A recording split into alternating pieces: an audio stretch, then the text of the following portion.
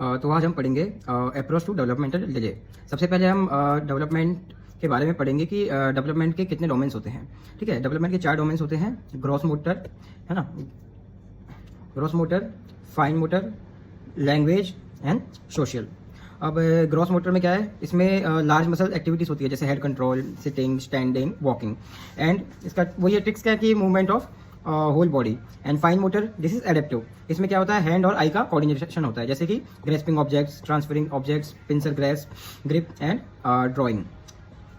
क्या होता है, हैंड्स की स्किल्स होती है इसमें, फाइन मोटर में। देन अगला है लैंग्वेज। लैंग्वेज में आता है स्पीच एंड हियरिंग, दोनों चीज़ें। मतलब ये शो करता है कम्युनिकेशन स्किल्स को, जैसे cooing, babbling, words, sentences, understanding commands, है ना। तो इसका याद करने का ट्रिक क्या है कि बोलना और समझना, ये इसके अंदर आता है लैंग्वेज के अंदर। एंड सोशल या पर्सनल के अंदर है यह इंटरेक्शन एंड बिहेवियर, कि लाइक जैसे बच्चा सोशल स्माइल आ रही है, स्ट्रेंजर एंग्जाइटी, दूसरों को देख के डर रहा है ना, खेल रहा है, खुद से खाना खा रहा है, नहीं खा रहा, मतलब एक बिहेवियर कैसा है दूसरों के प्रति, और दूसरा कि उसकी बॉन्डिंग कैसी है। तो ये दिखाता है हमारा सोशल और पर्सनल में। देन अब हम पढ़ेंगे कि अप्रोच टू डेवलपमेंटल डिले। तो इसका एक फ्लो चार्ट है। तो ये सबसे पहले हमें स्टेप बाय स्टेप हमें जाना है। सबसे पहले हम देखेंगे कि डिले को कंफर्म करेंगे। अब डिले को कंफर्म करने के लिए हम देखेंगे कि किसी डोमेन में 4 डोमेन्स होते हैं, उसमें से कौन से डोमेन में डिले है, या फिर 2 डोमेन या उससे ज़्यादा में डिले है। अगर सिंगल डोमेन में डिले है, जैसे कि मोटर में, स्पीच में या सोशल में, किसी में भी, लेकिन अगर मान लो 2 या उससे ज़्यादा डोमेन में डिले है, तो मतलब ग्लोबल डेवलपमेंटल डिले बोलते हैं उसको।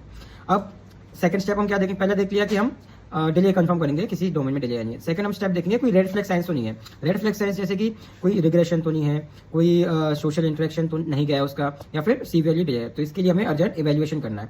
अब रेड फ्लैग साइंस क्या क्या होते हैं।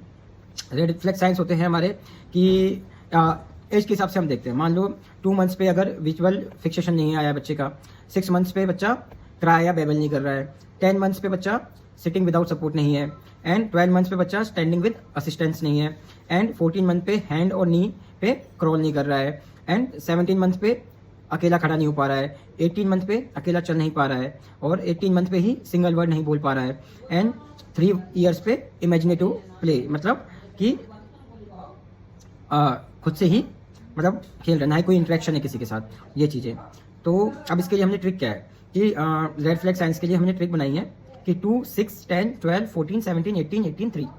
अब इसको भी हमने 3 पार्ट में, क्योंकि ऐसे हम मगिंग अप तो नहीं कर पाएंगे इसको, तो हमने 3 पार्ट में डिवाइड किया है। 3 चीज़ में, पहला है अर्ली, दूसरा है मोटर लैडर, तीसरा है स्पीच एंड सोशल। तो हमने 3 में डिवाइड कर लिया। अर्ली में आएगा जैसे सेंसेस एंड स्पीच, ठीक है, तो अर्ली में सेंसेस एंड स्पीच आएगा। मोटर में आएगा step by step standing, and speech और सोशल आएगा तीसरा। अब अर्ली में सेंसेस और स्पीच में क्या है, 2 और 6 मंथ याद करना, 2 एंड 6। 2 में विजुअल फिक्सेशन, 6 में वोकलाइजेशन, तो सेंसेस एंड स्पीच इसमें आ गया, ठीक है। देन अगला है मोटर लेडर। मोटर लेडर में है स्टेप बाय स्टेप स्टैंडिंग। तो इसके स्टेप बाय स्टेप स्टैंडिंग कब से स्टार्ट हो जाए, 10, 12, 14, 17, 18। 10 पे सिट, 12 पे स्टैंड विद सपोर्ट, 14 पे क्रॉल, 17 पे स्टैंड अलोन, 18 पे वॉक। देन इसका मतलब कि इसमें हम सोचना है कि baby climb ladder to walk, मतलब कि ऐसे धीरे धीरे बच्चा चढ़ रहा है, तो ये चीज़ देखनी है। देन स्पीच और सोशल में अब इसमें हम लेते हैं 18 मंथ्स का और 3 ईयर्स का लेते हैं। 18 मंथ्स में अगर सिंगल वर्ड बोल रहा है, 3 ईयर में इमेजिनेटिव प्ले, ठीक है। तो अब ये चीज़ हमारी ये होगी कि हमने 3 पार्ट में डिवाइड करिए उसको याद करने के लिए, कि early, motor, speech and social, ठीक है। अब नेक्स्ट स्टेप क्या देखें, हमने क्या देखा सबसे पहले डिले में कि हमने कंफर्म किया कि डिले है या नहीं है। सेकंड चीज हमने देखा कि कोई रेड फ्लैग, पहले कंफर्म किया डिले नहीं है, दूसरा रेड फ्लैग साइंस तो नहीं है। अगर मान लो रेड फ्लैग साइन है, तो अगर सीवियर डिले है तो हमें अर्जेंट इवैल्यूएट करना है, रेड फ्लैग साइन है तो अर्जेंट इवैल्यूएशन हमें करना है। अगर सिर्फ स्पीच डिले है, सिंगल स्पीच डिले है, तो हमेशा जब भी स्पीच डिले होता है हमें हियरिंग फर्स्ट, सबसे पहले हमें हियरिंग चेक करनी होती है, जिसके लिए हम हियरिंग टेस्ट करते हैं, बेरा एंड ओएई। अगर मान लो नॉर्मल है तो हम क्या सस्पेक्ट करेंगे, सिर्फ स्पीच डिले है तो ऑटिज्म या फिर कोई इन्वायरमेंटल कॉज तो नहीं है। देन स्टेप 4 हमारा आता है type of delay. Type of delay की इज इट आइसोलेटेड डिले, है ना, लाइक सिंगल डोमेन, और is isolated, or it is global delay like 2 or more than 2. If it is isolated like only speech, then hearing, yeah, autism spectrum disorder. If only motor, then CP, cerebral palsy, any myopathy or rickets. If it's global delay, then we will think about the CNS cause like birth asphyxia, any genetic disorders and metabolic diseases. Step 5 is look for clues. Like if there is any dysmorphic feature, then we will suspect genetics. If there is history of seizure, then we will suspect CNS pathology. If there is history of hypertonia, then we will suspect neuro cause.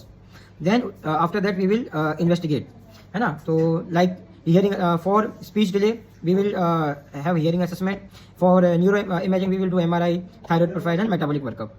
And what is the management? The management is the early stimulation therapy. This is the most important thing you have to like mug up. Early stimulation therapy is the first modality of the treatment. Then second is like speech therapy or physiotherapy, and what is the underlying cause, we have to treat that. So this is the super short exam line. Like first we have to confirm, then we have to see any red flag signs.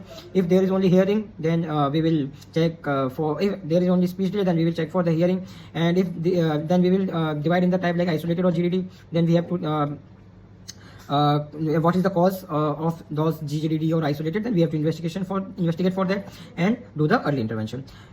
These are the gold line, Viva gold lines you have to mug up. Like regression is pathological until proven otherwise. Like if there is regression, then it's mainly due to pathological cause.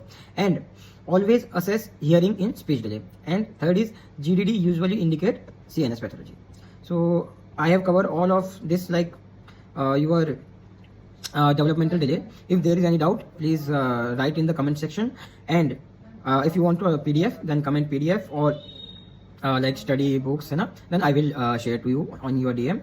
And follow for more of the, if you want any other topic you want to learn, then follow me and tell me about that on the comments. Thank you.